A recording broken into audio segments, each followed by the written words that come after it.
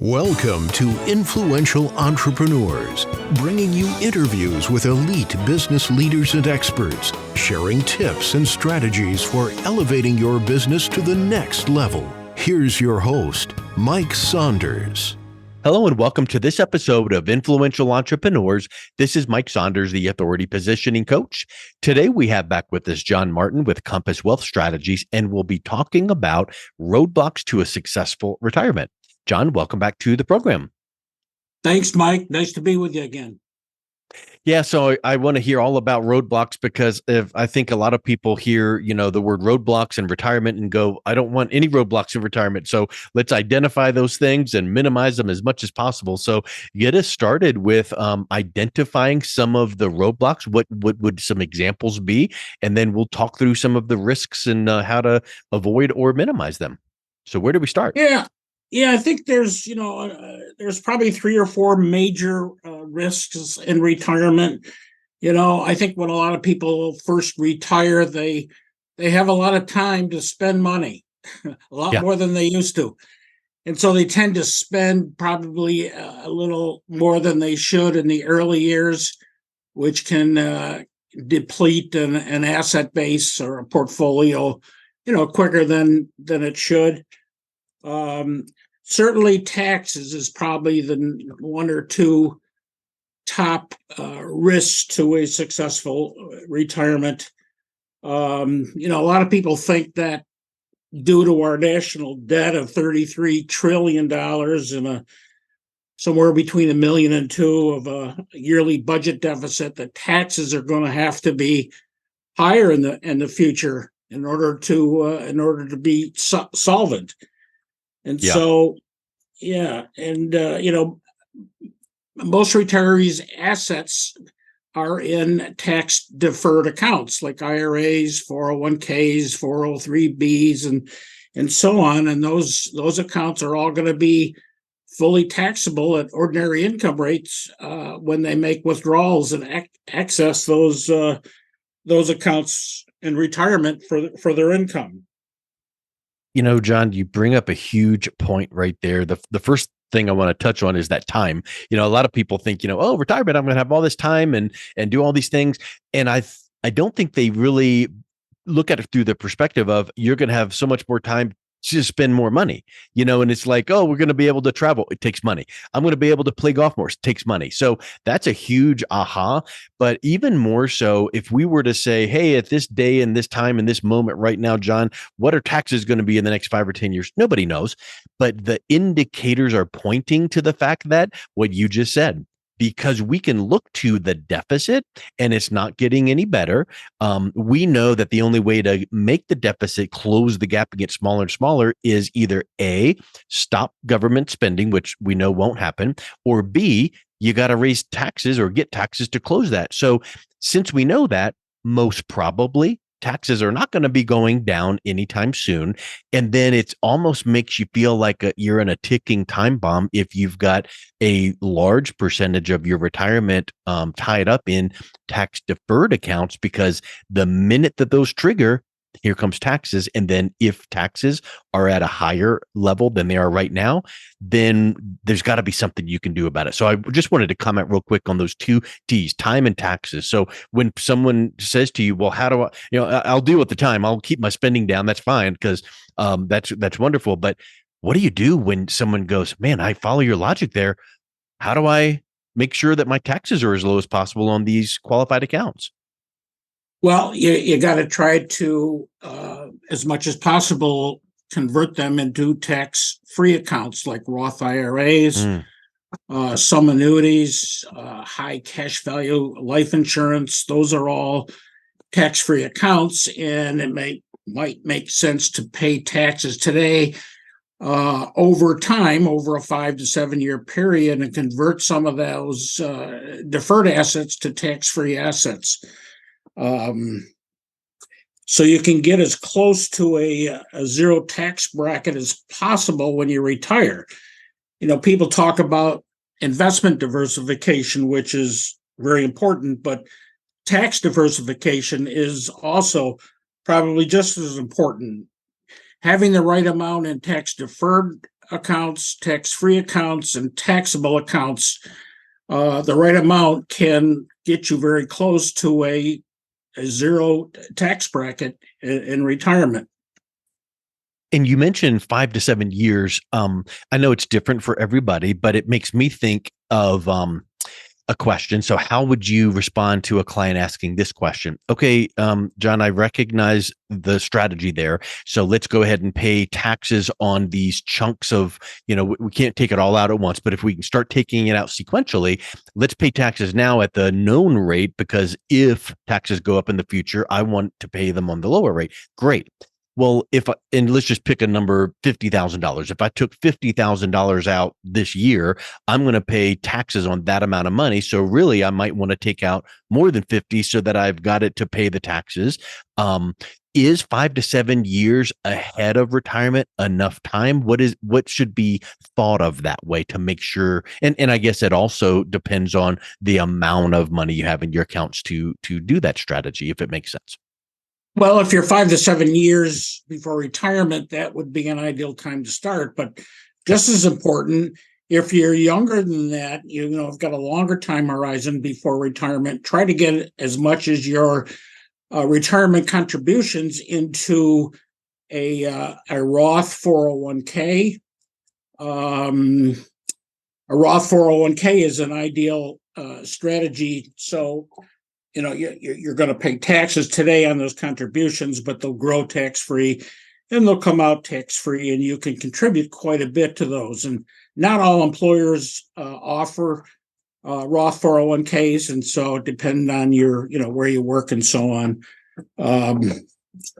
But trying to get as much money out of tax-deferred accounts as soon as possible is a real key. And just like I'm sure you would agree, this is not a set in stone strategy to blindly just do for every single person with no, it's an idea and it works, but let's see if it works and is best for your situation. So I think that's the point, is that might be something to look at. So let's move on to some other risk and roadblocks. We've got time and taxes. What are some other risk and roadblocks? Well, certainly I think prevalent today is the market volatility. The market has been pretty ugly in the last couple of months. Over time it performs, well, but volatility is a key when you're in retirement and you're making distributions from your accounts. If the market is down and you're pulling money from those assets, your portfolio will not last nearly as long as if you had some tax-free accounts that you could make withdrawals from, those accounts that don't lose money, like indexed annuities, or again, high cash value life insurance. We call it a volatility buffer, where in down markets, you take from those accounts that don't lose money, instead of from the stock portfolio that is realizing a down market. And then in a year or two, when that account comes back, you can begin to take income from those risk assets. That's certainly, the volatility buffer is a key, I think, today in distributing assets in down markets. Yeah. And, I think with the volatility, if and when that happens, because we know, markets are up, down, and all around. And at a certain age ahead of retirement, that runway ahead of retirement, you need to start thinking about what you said, move it into, less volatile accounts. Well, the problem with volatility is you take a hit of whatever percent, oops, the market adjusted, so my portfolio is down X. Well, you feel like you got to scramble and scurry to get back up to where you were. Well, if you lost 10%, it doesn't mean that the market has to go up 10%, it has to go up that much more. So it becomes this vicious cycle to go, I got to take even more risk to get back up higher than what I lost. So you want to avoid that volatility as much as possible. I think that's a huge point that you're bringing up, is maybe possibly you can't eliminate it altogether, but if you can minimize it, that's what the focus needs to be. Yeah. And as we talk with potential clients, we typically ask, how are you positioned? How much risk are you taking? And they'll say, well, most of my portfolio is in the stock market. And then I'll ask, well, how much are you willing to lose in a down market? And they'll say zero or very Yeah. little. And Right. so I those, vote zero. yeah, so those two objectives don't correlate with each other. And we find that even people in retirement are, they got 80 to 90 or more percent of their assets in risk investments. Mm, They don't realize the level of risk they're taking. wow. Huge. Well, it seems like another cost or expense in retirement is healthcare.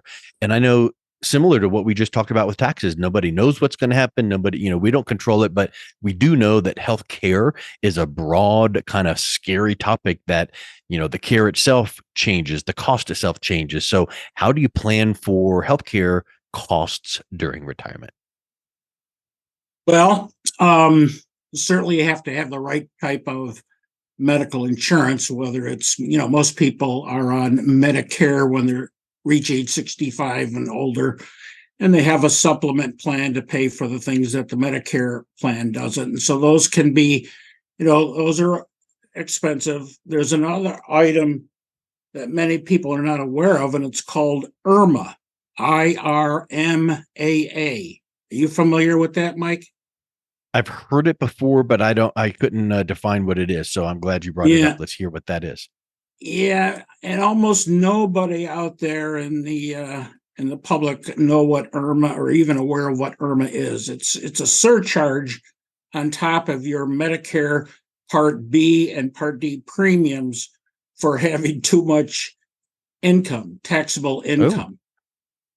And it can amount to, $1 million to $2 million in many cases with people that are facing a surcharge based on their income level.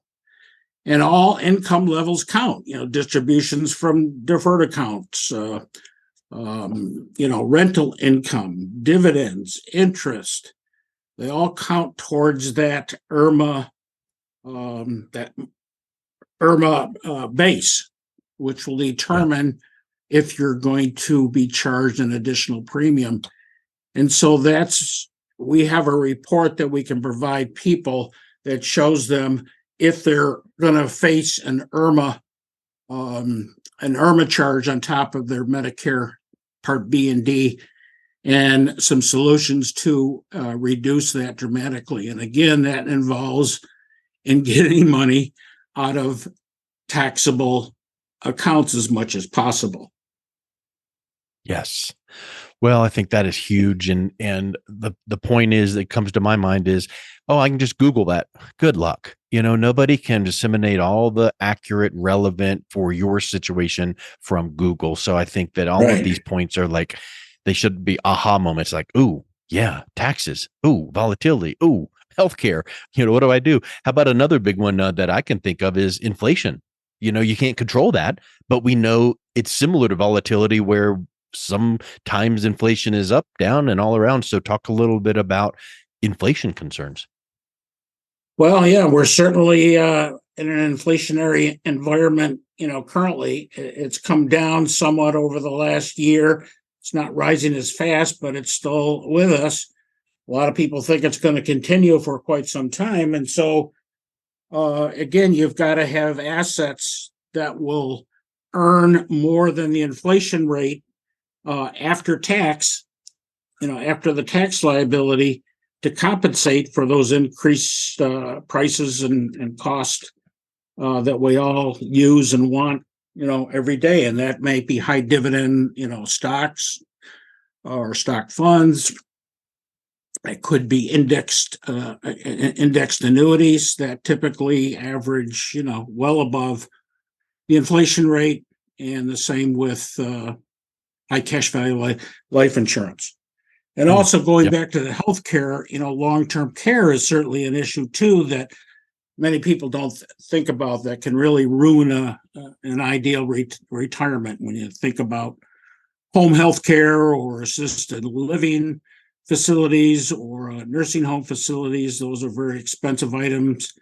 There are a number of programs that you can purchase that will pay for those types of expenses.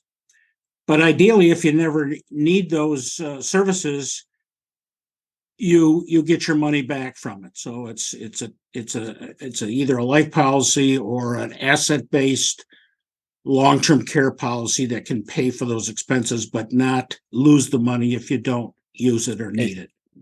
That's a huge one because it makes me think about my homeowner's insurance or car policy. If I don't wreck my car or make a homeowner's claim, I can't call up my policy or my homeowner's policy and go give me my premiums back because I already paid it. But what you're saying is with this, long-term care, there are special types of, vehicles that would cover you if you need a long-term care. But if you never needed it, you didn't lose the premiums as a cost. I think that's a huge thing people should really be informed about.